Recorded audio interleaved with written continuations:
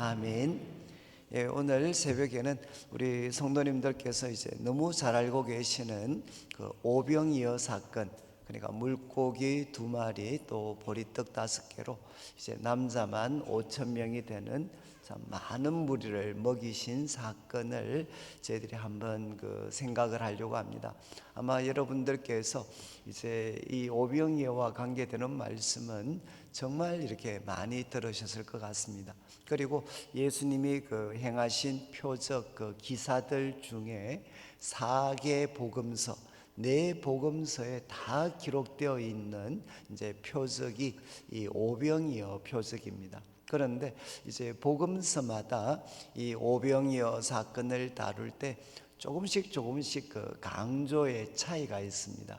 그런데 이제 아마 이런 것들은 똑같은 오병이어 사건이지만 우리가 이 말씀을 어떻게 이해를 하는 게 좋을까? 예를 들어서 마태, 마가, 누가복음 같으면 예수님 오병이어 사건을 꼭 무엇을 배경으로 보기를 원하는가? 그 바로 앞에 보면 헤롯이 이제 세례 요한을 죽이는 장면이 기록이 되어져 있습니다. 그래서 마태복음 14장에도 또 마가복음 6장 그리고 누가복음 9장을 보시면 이제 꼭 앞에는 헤롯 왕이 세례 요한을 이렇게 죽이는 장면, 이 장면 다음에 등장하는 것이 이 오병이어 사건입니다. 오병이어 사건.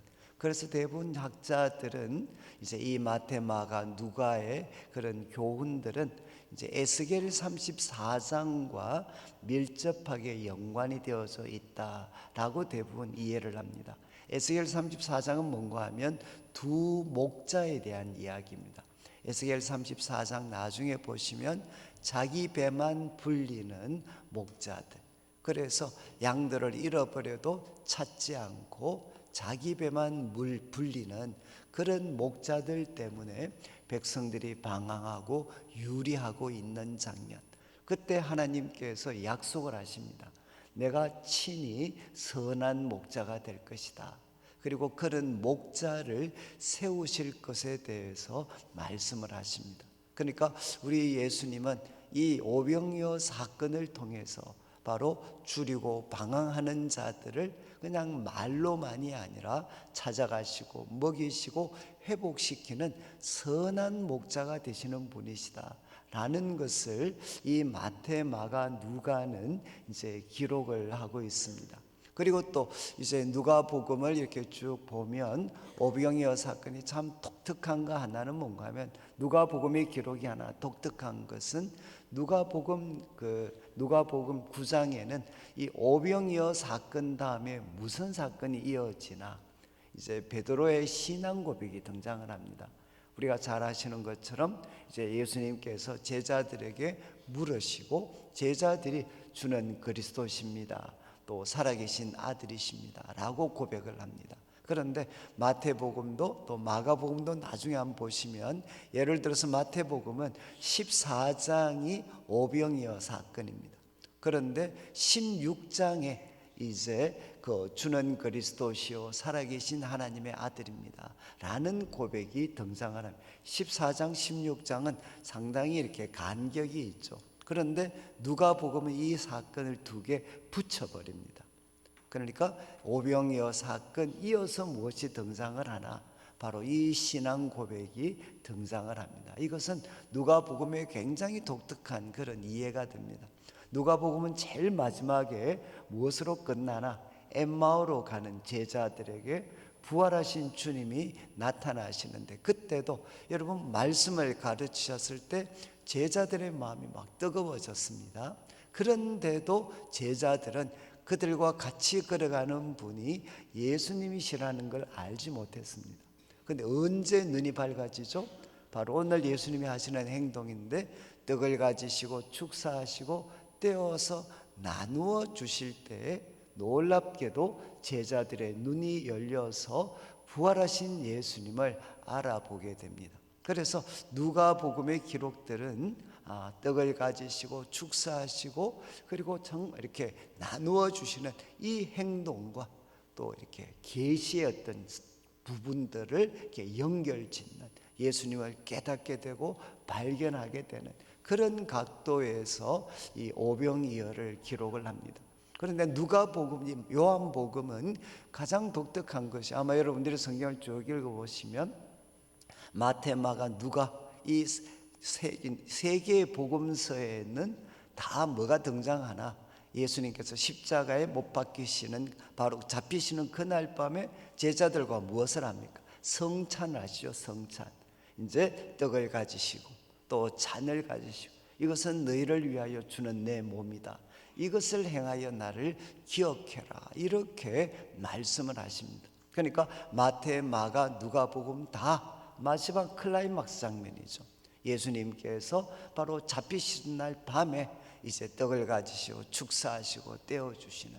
그런데 요한복음을 보면, 나중에 요한복음을 보시면 이 성만찬에 대한 이야기가 나오지 않습니다. 그 성만찬에 대한 교훈, 예수님이 바로 이 내 몸이, 바로 내 살이 참된 양식이고 내 피가 참된 음료다, 이 성찬에 대한 가르침이 어디에서 이루어지느냐? 오병이어 사건 다음에 일어나는 가르침에서 바로 이 성찬에 대한 교훈, 예수님의 살이 참된 양식이고 예수님의 피가 참된 음료라는 것을 우리에게 교훈을 하고 있습니다. 그러니까 복음서마다 조금은 다른 각도에서 이 오병이어 사건을 정말 풍성하게 우리가 깨달을 수 있도록 도움을 주고 있습니다. 그런데 오늘 새벽에는 이런 것들은 우리가 좀 이렇게 기본적으로 이해를 하시고, 이제 오늘 말씀을 통해서는 우리 성도들이 살아가면서 아마 피할 수 없는 문제가 뭔가 하면, 여러분, 언제나 필요는 거대합니다. 가정에서도 그렇고 직장에서도 그렇고 교회에서도 그렇고, 우리가 해결해야 되는, 우리가 채워줘야 되는 필요는 거대한데, 이제 우리가 가지고 있는 자원은 너무 작습니다. 해결해야 될 문제는 큰데 우리가 가지고 있는 자원들이 너무 적을 때 어떻게 우리 그리스도인들이 이 상황을 대처할 수 있는가? 그런 각도에서 우리가 오병이어 사건을 한번 좀 나누려고 합니다. 그래서 결국 결론은 뭐가 되는가 하면, 거대한 필요, 그러나 우리가 가지고 있는 것은 작지만 오늘 말씀에 주님이 교훈하신 이 말씀을 잘 받아들여서 우리 성도들의 삶에, 그리고 교회 가운데 하늘의 잔치가 펼쳐지는, 그러니까 필요는 거대하고 우리가 가지고 있는 것 작지만 예수님의 도움을 통해서 우리 인생에도, 그리고 또 교회 가운데도 하늘의 잔치가 펼쳐지는 그런 은혜가 있기를 원합니다. 자, 그러면 이제 5절 말씀을 보시면, 이제 오병이어 사건을 시작하면서 이것은 요한복음만 기록을 하는데 5절을 한번 보시죠. 이제 예수께서 눈을 들어 큰 무리가 자기에게 오는 것을 보십니다. 그리고 이제 그 빌립이라는 사람한테 예수님이 질문을 하십니다. 질문. 자, 이 빌립이라는 인물을 잘 기억하셔야 되는데, 뭐라고 질문하시느냐? 우리가 어디서 떡을 사서 이 사람들을 먹이겠느냐? 여러분, 마태, 마가, 누가복음에는 예수님께서 너희가 먹을 것을 주라고 이야기하셨습니다. 그런데 요한복음만 지금 빌립과 안드레를 등장을 시키고 있습니다. 예수님께서는 먼저 빌립에게 말씀하셨다는 것을, 이 거대한 무리를 보면서, 야, 우리가 어디서 떡을 사서 이 사람들을 먹이겠느냐라고 질문을 했습니다. 그러니까 질문의 내용은 뭔가 하면 어디서입니다. 어디서? 야, 어디서 떡을 사서 이 사람들 먹이겠느냐? 자, 그런데 6절 말씀에 이제 빌립의 답변을 보시면, 6절 말씀을 한번 보시면 이렇게 말씀하시면, 이제 빌립을 테스트하기 위해서, 그리고 이제 7절을 보시면 빌립의 대답이 나오게 됩니다. 각 사람으로 조금씩 받게 해도 200데나리온의 떡이 부족합니다. 여러분 지금 200데나리온을 아시는 것처럼 데나리온은 건장한 노동자의 하루 품삯입니다. 건장한 노동자의 하루 품삯.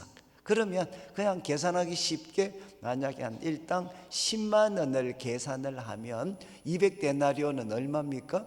2천만 원이죠. 2천만 원. 그러니까 우리가 조금씩 각 사람한테 주더라도 한 2천만 원 정도가 있어야 됩니다. 2천만 원도 부족할 것 같습니다 라고 빌립이 대답을 합니다. 여러분 지금 예수님의 질문과 빌립의 대답을 한번 잘 생각을 해보시죠. 성경을 제가 우리 성도님들이 성경을 보실 때는 제가 질문을 좀 가지고 보시라고 말씀드렸어요.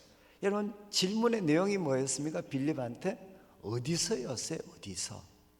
어디서 떡을 사서?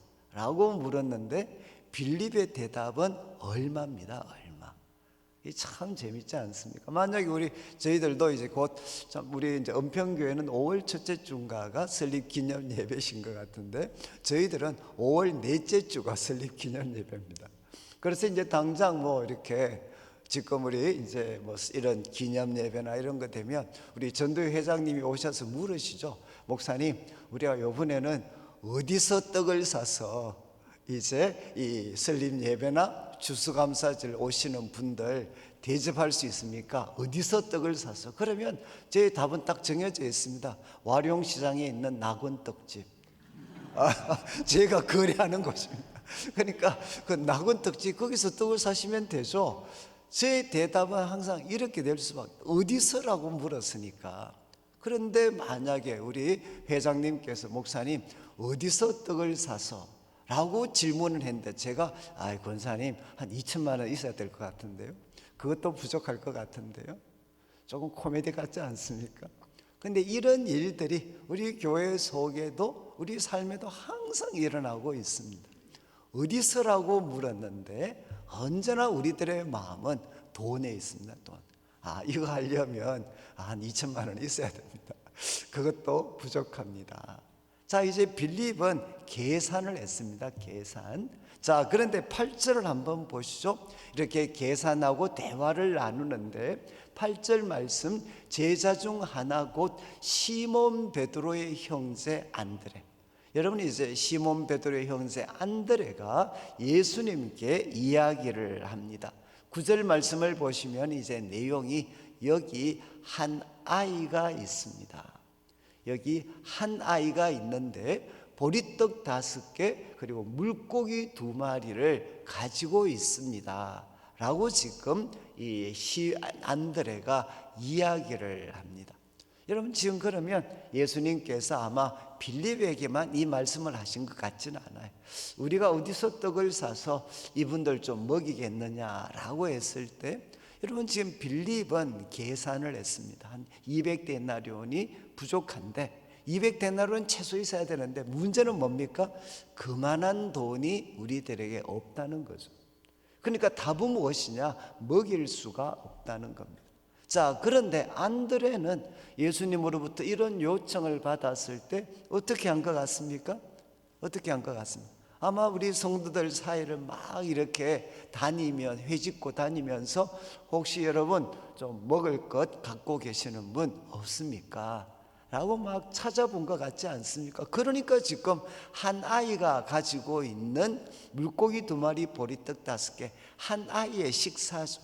그 물고기 2마리 보리떡 5개를 찾아낼 수가 있었습니다. 그런데 여러분 이제 빌립이나 안드레나 공통점은 뭡니까? 공통점은 지금 안드레도 이야기하죠. 그러나 그것이 이 많은 사람에게 얼마나 되겠습니까? 결국 이 말은 무엇입니까? 내가 노력을 해서 찾아봤는데 물고기 2마리 보리떡 5개밖에 발견을 못했다는 겁니다. 그래서 결론은 무엇이냐? 이 무리들을 먹일 수가 없다는 거죠. 내가 최선을 다해 노력해서 찾았지만 지금 물고기 2마리, 어린아이가 가지고 있는 물고기 2마리 보리떡 5개밖에 나는 찾지를 못했으니까 이것 가지고 이 많은 사람들한테 누구 입에 풀칠을 하겠습니까? 역시 결론은 우리는 할 수 없습니다. 여러분이 이제 빌립도 안드레도 예수님이 제시하셨던 그 하나의 도전에 대해서 다 부정적으로 대답을 했습니다. 그런데 제가 이제 이 말씀을 묵상을 하다가 제일 이제 충격을 받은 것이 우리 10절까지 한번 보시죠. 이제 10절을 보시면 이제 예수님께서 이제 이 사람들을 앉게 해라, 이렇게 하고 숫자가 한 5천 명 되었다라고 기록을 합니다. 그리고 이어지는 이제 11절을 보시면은 11절 예수님께서 떡을 가져서 축사를 하시고 나누어 주시고 그리고 물고기도 그렇게 그들의 원대로 주셨습니다. 우리 성도님들이 잘 알고 계시는 내용이죠. 그런데 제가 이 말씀을 한번 묵상을 하다가 정말 충격을 받은 게 무엇이냐, 여러분, 예수님의 도전에 대해서 빌립은 이제 계산을 했고, 그리고 안드레는 열심히 노력해서 찾았는데 한 아이의 식사, 물고기 2마리, 보리떡 5개를 가져왔습니다. 그리고 두 사람은 똑같이 이야기합니다. 우리는 먹일 수가 없습니다. 이 사람들 먹일 수가 없습니다. 둘 다 부정적으로 대답을 했습니다. 그런데 그 다음 장면을 보시니까 무엇은 더 이상 나오지 않습니까? 빌립의 계산은 더 이상 나타나지 않습니다. 200데나리온이라는 숫자는 더 이상 나타나지 않고, 분명히 이것 가지고 누구 입에 풀칠하겠습니까? 라고 역시 부정적으로 반응을 했던, 그러나 열심히 노력해서 찾아왔던 그 안드레가 가져왔던 물고기 2마리, 보리떡 5개, 이것은 사라지지 않고 어떻게 됩니까? 우리 주님이 펼쳐가시는 놀라운 기적의 재료로 이 물고기 2마리, 보리떡 5개가 사용이 됩니다. 저는 이게 저한테 충격이었어요. 여러분, 지금 이제 그 다음 장면을 봤을 때 다 두 분 다 부정적인 반응이었지만 빌립의 계산은 더 이상 나타나지 않고, 우리 예수님께서는 안드레가 열심히 찾아서 발견했던 그 지극히 작은 물고기 2마리, 보리떡 5개를 사용하셔서 놀라운 기적을 이제 행하시게 됩니다.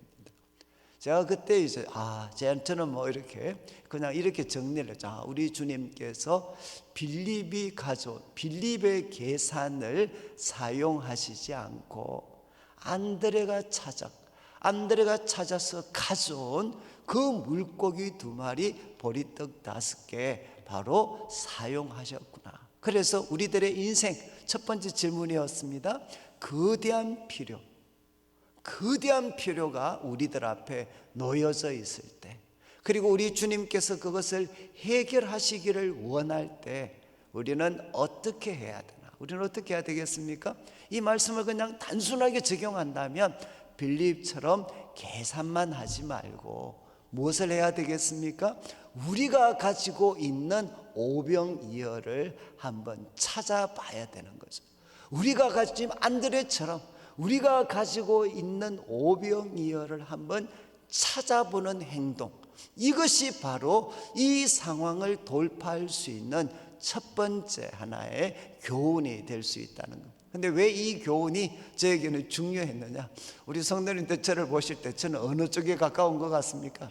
빌립 쪽에 가까운 것 같습니까? 안드레 쪽에 가까운 것 같습니까? 저는 정말 저는 철저하게 빌립 쪽이었어요. 저는 전공도 물리학이었고, 그래서 지금도 제가 어리숙하게 보여도 제가 돈 계산은 상당히 정확합니다. 그래서 우리 교회 재정 돌아가는 거는 제가 그냥 뭐 잘 알고 있어요.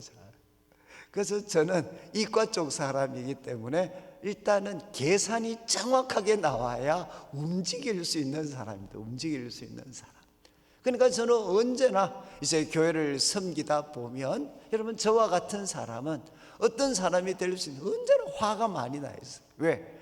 우리 제가 만약 청년들 섬길 때는 이 청년부를 섬기려면 돈은 얼마, 그리고 또 앞으로 스텝들은 얼마, 그리고 무슨 자원들은 얼마, 딱 계산이 나오는데 그만한 돈, 그만한 사람은 언제나 저는 갖고 있지 않았습니다. 그러니까 결국 결론은 무엇이냐? 내가 이 부서를 부흥시키는 것은 불가능해. 이유는 돈도 없고 사람도 없고, 그래서 저는 언제나 이제 계산을 했습니다. 계산을 해보고 그 계산이 나오지 않으면 나는 할 수 없어. 그래서 저는 언제나 화가 나 있었어요. 화가. 근데 저는 이 말씀을 보면서 우리 주님께서 정말 문제를 해결하실 때 이 빌립의 계산을 사용하시지 않고 안드레가 가져온 이 오병이어를 사용하셨구나. 그렇다면 나도 더 이상 이제는 계산만 하지 말고 내가 가지고 있는, 그리고 우리가 가지고 이 문제 해결하는 데 도움이 될 수 있는, 내가 가지고 있는 것, 우리가 가지고 있는 것을 한번 찾아보자. 저는 이 말씀 때문에 제 스타일이 이제 완전히 바뀌게 됐습니다. 저는 삶의 계산이 언제나 계산하고 그 계산에 미치지 못하니까 화가 나고 분노하고 있었는데, 이 말씀을 통해서 저는 이제 문제가 생기면 저는 무조건 첫 번째는 무엇이냐, 우리가 가지고 있는, 내가 가지고 있는 오병이 한번 찾아보자. 저도 우리 아이들 이렇게 양육을 할 때 아이들한테도 얼마나 큰 문제가 많이 생깁니까? 부모로서 힘이 미치지 못할 때가 얼마나 많습니까? 그런데 그때 저는 무조건 이 상황에 우리 아이들과 같이 우리가 할 수 있는 게 뭔지 한번 찾아봐. 그러면 이제 아이들 진학과 관계되는 거든 뭐든 나오면, 그러면 같이 앉아서 이렇게 인터넷 두들기고 막 하면서 아이들하고 찾아보는, 일단 찾아봐. 일단 한번 찾아봐. 막 같이 두들기고 이러다 보면 뭔가가 나와요. 저는 교회를 섬길 때도 저는 처음 이제 저도 내일 교회 한 15년 부목사로 있었습니다. 교회에서 5년 이제 유학 공부도 시켜주셨고 15년 부목 하다가 제가 이제 그 담임 목사가 됐는데, 우리 목사님, 우리 장로님들이 보실 때도 저에 대해서 저 사람이 설교는 좀 할 것 같은데, 우리 성도님, 장로님들이 볼 때 이 신뢰가 안 가는 게, 이게 설교만 잘한다고 되는 게 아니고, 죄송합니다, 헌금도 좀 잘 모으고, 그리고 건축 같은 것도 하면 건축도 좀 해야 될 텐데, 저런 기질을 가지고 설교는 좀 뭔가 안심이 되는 것 같은데 돈 모으고 일 벌이고 건물 짓고 이런 거 할 수 있을까?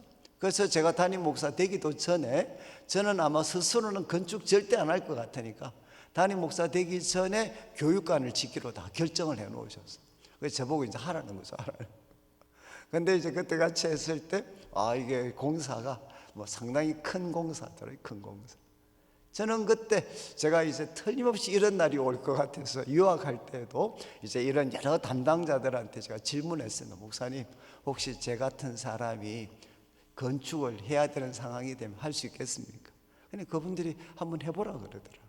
그래서 제가 마음은 가지고 있었는데, 그때 그런 거대한 그런 작업들을 할 때 제가 했던 일은 뭔가 무조건 한번 찾아보는 겁니다. 무조건 찾아보는 거예요. 내가 가지고 있고 우리가 가지고 있는 이 오병이어를 무조건 한번 찾아보는 거예요. 이게 저는 첫 번째 예수님께서 우리에게 도전을 하셨습니다. 그런데 여러분, 이렇게 찾아서 오병이어 가지면 안드레하고 똑같은 대답을 하죠. 이것 가지고 누구 입에 불칠하겠습니까? 이것 가지고 도대체 어떻게 사람들을, 이 많은 사람, 어린아이 1인분의 식사를 가지고 어떻게 이 사람들 먹일 수 있겠습니까? 이 질문에 대해서 예수님이 보여주신 반응은 두 가지입니다. 두 가지. 다시 한번 여러분 11절을 보시면 11절에 예수님께서 이렇게 하십니다. 떡을 가지시고, 여러분, 우리 예수님은 안드레가 5,000명을 먹여야 되는데 1인분 식사 가져왔을 때 이런 반응을 보이지 않으셨습니다. 너 지금 나하고 장난하냐? 장난. 아니 5,000명이면 500인분 정도라도 가져와야지. 지금 딸랑 어린아이 1인분 가져와야 지금 나하고 장난하는 거냐? 이런 반응 볼 수 있지 않습니까? 그런데 우리 예수님은 어떻게 하셨느냐? 그 떡을 가지셨어요. 테이크. 예수님은 이 떡을 너무나도 소중하게 가지시고 그 다음 놀라운 행동을 하십니다. 축사를 하십니다. 축사. 이거는 give thanks, 감사하셨다는 뜻으로도 번역할 수 있고, 복음서들을 통해서 보면 blessed, 예수님께서 축복을 하셨어요. 바로 거기에 복을 빌어주셨어요. 여러분, 참 저는 이 장면입니다. 여러분, 우리가 가지고 있는 오병이어가 하나님의 기적의 재료로 사용될 수 있어요. 우리들의 시각으로만 보면 그것은 아무것도 아니지만 거기에 주님의 blessed, 주님의 축사가 임하시게 되면 그것은 더 이상 내가 가지고 있는 것이 아니고 주님의 재료로 사용이 되게 됩니다. 저는 참 우리가 가지고 있는 이 작은 것으로 어떻게 거대한 무리를 바로 먹일 수 있는가? 여러분, 그 비결 중에 하나가 무엇이겠습니까? 내 것이 되면 1인분의 식사밖에 안 되지만 그 1인분의 식사에 주님이 축사를 하시게 되면 blessed, 주님이 축사하시게 되면 그 거대한 무리를 먹일 수 있는 기적의 재료로 이것이 사용될 수가 있다. 저는 그때부터 이제 이 말씀을 깨닫고 나서부터는 회의를 하든 아니면 뭐 예배를 드리든 무슨 행동을 할 때만 항상 제가 기도하는 게 바로 이 내용입니다. 하나님, 제가 오늘 이 문제를 가지고 오늘 우리 같이 회의합니다. 하나님, 이 모임에 blessed, 축사해 주십시오. 정말 이것이 우리의 해결책이 아니라 하나님의 해결책을 듣고 발견하는 시간이 되게 해주십시오. 그리고 아이들과 같이 여러 가지 문제들을 해결하기 위해서 같이 때로 대화도 하고 식사도 할 때 하나님, 바로 이 시간을 blessed, 하나님 축사해 주십시오. 이 시간 우리의 앙금이 풀려지는, 그리고 서로 신뢰하게 되고, 그리고 하나님이 우리에게 준비하고 계시는 그 뜻을 발견하고 마음을 합할 수 있는 정말 놀라운 시간이 될 수 있도록 하나님 blessed, 축사해 주십시오. 그리고 저는 설교할 때마다 항상 빠뜨리지 않고 기도하는 게 이겁니다. 하나님, 오늘도 제가 말씀을 전하는데 하나님 축사해 주십시오. 이 말씀이 저의 깨달음이 아니라 하나님이 주신 말씀이 될 수 있도록, 하나님이 우리 성도들을 치유하고 살리는데 놀라운 재료가 될 수 있도록 하나님 축사해 주십시오. 그래서 저는 모든 삶의 순간마다 저는 참 우리 두 번째 이 제목이죠. 하나님 축사해 주십시오. 여러분, 떡을 가지시고 이제 두 번째는 축사를 하셨습니다. 그리고 세 번째 하신 일이 무엇입니까? 이거는 누가복음을 보면 이 편이 딱 세 번 떡을 가지시고 두 번째 축사하시고 그다음 세 번째는 떼십니다. 그것을 떼어 그리고 네 번째 나누어 주십니다. 떡을 가지시고 축사하시고 떼어 나누어 주십니다. 이 장면이 누가복음을 예를 들면 세 번 등장합니다. 언제 등장하겠습니까? 바로 오병이어 첫 번째 사건. 그리고 두 번째는 언제 등장하느냐? 바로 성만찬 때 떡을 가지시고 축사하시고 떼어서 제자들에게 주시면서 이것은 내 몸이다 이렇게 말씀하셨어요. 그리고 누가복음에는 세 번째 마지막 언제 등장하나? 엠마오 사건 때 이제 갈라지는 순간에 왔을 때 제자들이 예수님을 우리와 같이 유하사이다, 아마 제가 내일 말씀을 드릴 텐데 그때 예수님이 못 이기는 척 하셔서 제자들이 떡을 내놓으니까 갑자기 예수님 이상한 행동을 하시죠. 바로 예수님이 마치 주인인 것처럼, 예수님이 손님인데 갑자기 주인인 것처럼 떡을 가지시고 축사하시고 떼어 나누어 주실 때 그때로는 놀라운 일이 생깁니다. 제자들의 눈이 밝아져서 부활하신 예수님을 알아차리게 됩니다. 여러분, 떡을 가지시고 축사하시고 떼어 나누어 주셨던 이 행동은 무슨 행동이냐? 예수님, 제자들이 기억하고 있는 예수님의 가장 특징적이고 인상적인 모습이셨어요. 그런데 요한복음은 명확하지 않는데 여러분들이 마태나 마가, 누가복음을 보시면 지금 요한복음은 예수님이 직접 주십니다. 직접. 그런데 마태, 마가, 누가복음을 보시면 예수님은 먼저 제자들에게 주시고 제자들로 하여금 무리들에게 나누어 주게 하셨습니다. 그러니까 저는 이제 이 마태, 마가, 누가복음의 기록이 좀 더 상세하게 기록을 하고 있습니다. 그러나 예수님이 무리들에게 주셨는데 누구를 통해서? 제자들에게 주셔서 무리들에게 나누어 주게 하셨습니다. 자, 그러면 이 해석, 이 복음서, 이 마태, 마가, 누가 복음의 교훈을 받는다면 여러분이 만약에 제자라고 한번 생각해 보시오. 제자들. 지금 5천 명의 무리가 군데군데 앉아가지고 굶주려 있는데, 그리고 예수님 뭔가 이제 주실 것 같아서 기다리고 있는데 예수님이 제자들을 다 앞으로 나오게 하셨습니다. 앞으로 나오게 하시면서 떡을 떼어서 나누어 주셨어요. 여러분, 떡은 몇 개입니까? 5개잖아요. 떡 5개. 이 떡 5개를 12명의 제자들에게 나누어 줘야 되니까 여러분, 반개, 어린아이가 식사하는데 떡 5개고 적은 떡 5개 또 반개입니다. 반개. 떡 반개를 우리 예수님께서 제자들에게 이렇게 나누어 주십니다. 나누어 주셔. 그리고 예수님 뭐라고 명령하시나? 야, 이제 무리들에게 가서 나누어 줘. 예수님께서 제자들에게 떡 반개 주신 다음에 이제 이 무리들에게 나누어 줘. 이렇게 명령을 하셨습니다. 만약에 여러분들이 제자들이라면, 제자였다면 여러분 순종할 수 있었을까요?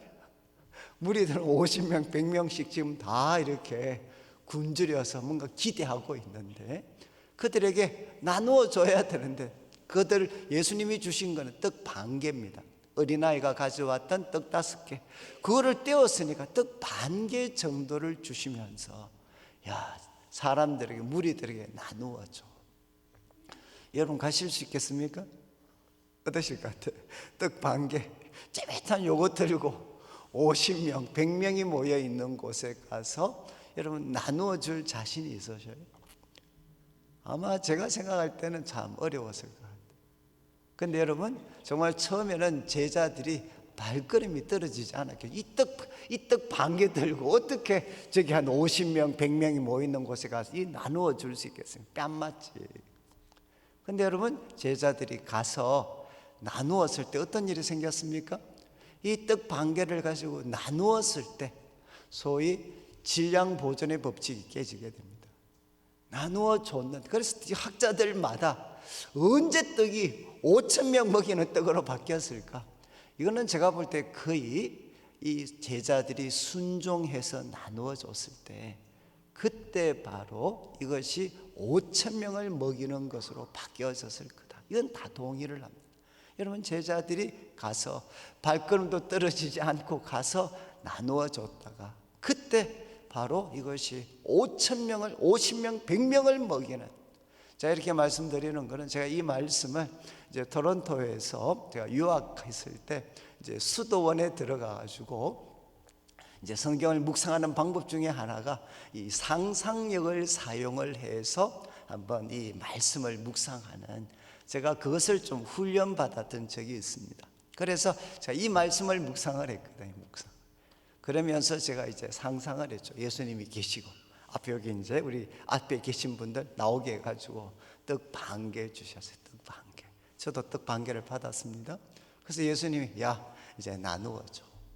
그래서 제가 상상이었지만 저기 기다리고 있는 무리들에게 떡 반개를 가지고 제가 또박또박 이렇게 걸어갔습니다. 발걸음도 잘 안 떨어지는. 그런데 그곳에 가서 억지로라도 발 질질 끌면서 가서 떡을 나누었는데 어떤 일이 생겼죠? 이 떡이 소위 질량 보존의 법칙이 깨어지면서 거기 있는 분들이 다 배불리 먹게 됐어요. 그러니까 이제 저쪽 동네에서 갑자기 저를 부르는 거죠. 아, 우리도 좀 신경 써 주십시오.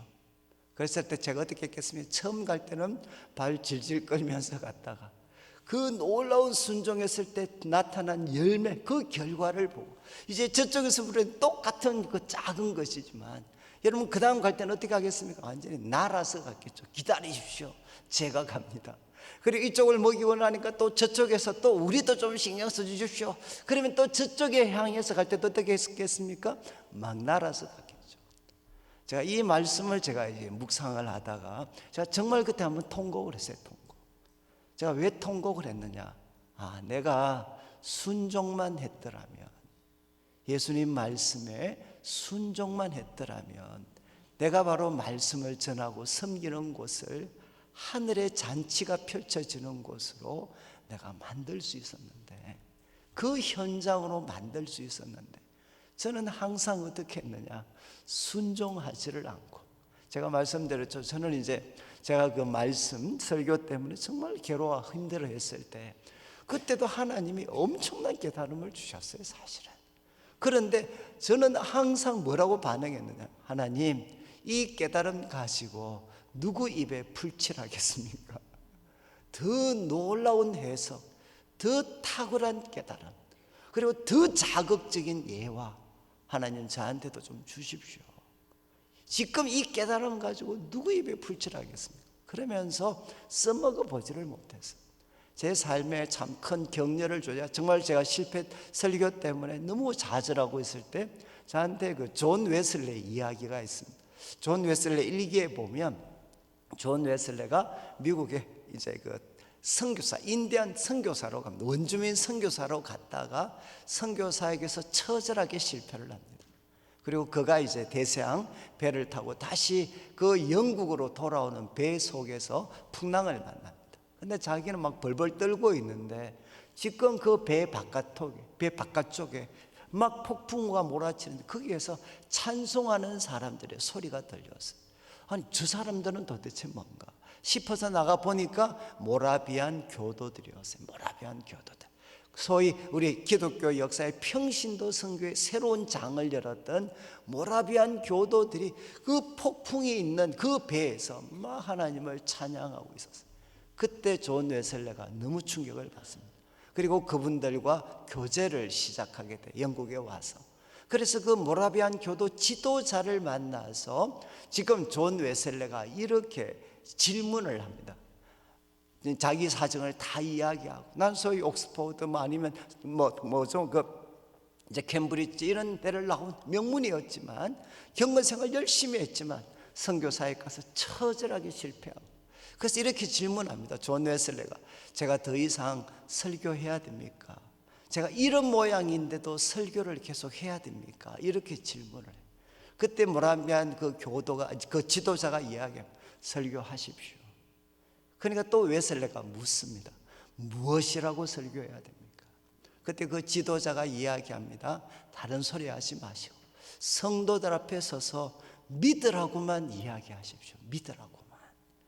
그리고 그렇게 믿으라고만 이야기하다가 마음에 성령님께서 이거 믿으라는 깨달음을 주시면 또 성도들 앞에 서서 이거 믿으십시오. 이거 믿으십시오. 여기까지만 설교하라는 거예요. 여러분, 그래서 존 웨슬레가 다시 그래서 그분의 이야기를 듣고 설교를 시작할 수 있는 이제 마음을 회복을 합니다. 그리고 가서 뭐 이야기하겠습니까? 믿으십시오. 그리고 또 그 믿음의 내용을 하나님이 하나씩 주시면 가서 이거 믿으십시오. 이거 믿으십시오. 단순하게 설교하는.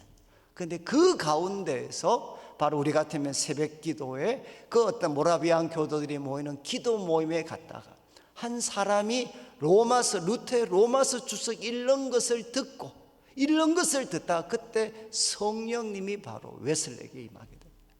그래서 정말 웨슬레가 새로운 사람이 되어서 시대를 바꾸는 사람이 되는 거죠. 저는 참 웨슬레 이야기를 들으면서 바로 제 고민이 바로 그거예요. 제가 계속 설교해야 됩니까? 이 모양인데 설교를 해야 됩니까? 또 여러분들도 사역을 해야 됩니까? 내가 자식을 키워야 됩니까? 내가 이런 상황인데도 사업을 하고 내가 내 삶을 계속해서 살아갈 수 있겠습니까?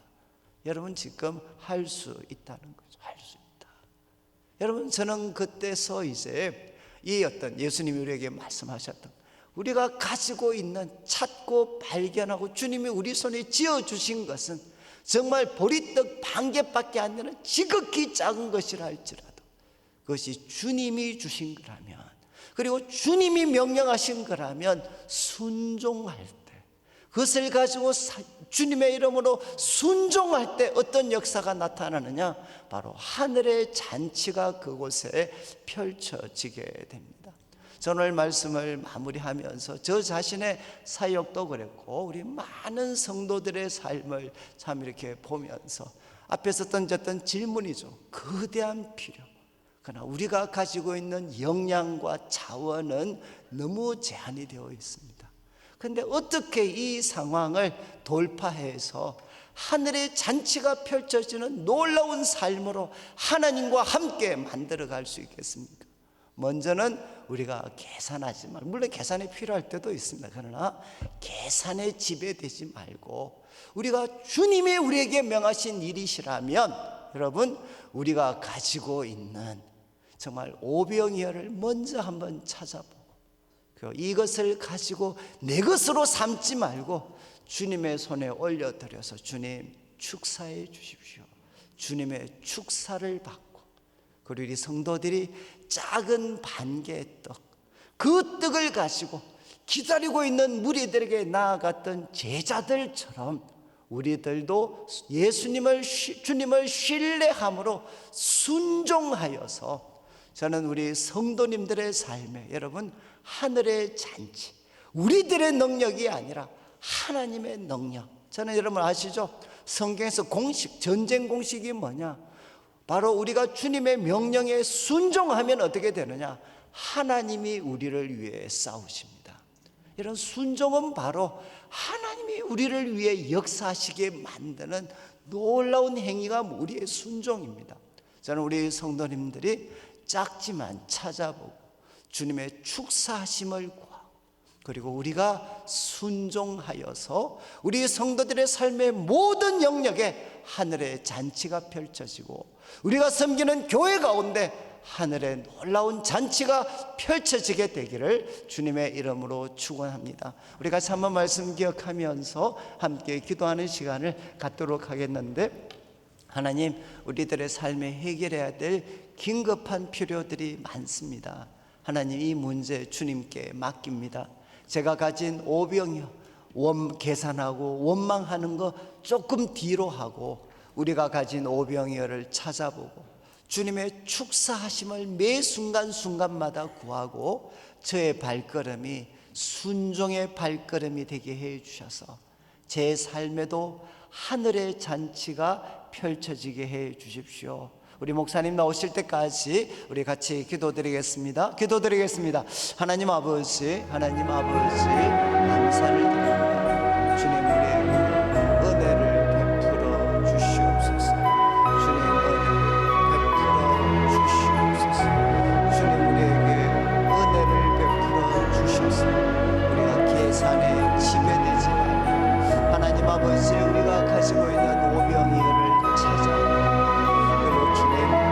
축사하여 주시고, 그리고 주님 우리에게 떼어 나누어 주어라 명령하실 때 하나님 우리가 순종하게 하여 주셔서 우리 성도들의 삶에 하늘의 잔치가 펼쳐질 수 있도록, 우리 성도들의 삶에 하늘의 잔치가 펼쳐질 수 있도록, 우리 성도들의 가정에 하늘의 잔치가 펼쳐지고 성도들의 사업장에 하늘의 잔치가 펼쳐지고 또한 우리 교회 가운데 하늘의 잔치가 펼쳐지고 이 시대 가운데 하늘의 잔치가 펼쳐지는 놀라운 은혜를 하나님 허락하여 주시옵소서. 이 시간 주님의 도움을 구합니다. 성령의 도움을 구할 때 성령님 우리들의 마음을 사로잡아 주시고 성령님 우리들의 마음을 붙잡아 주시고 주의 사랑의 음성, 능력의 음성, 지혜의 음성을 들려주시옵소서. 주님을 만나는 내 인생의 방향이 바뀌어지는 귀한 시간 되게 하여 주시옵소서.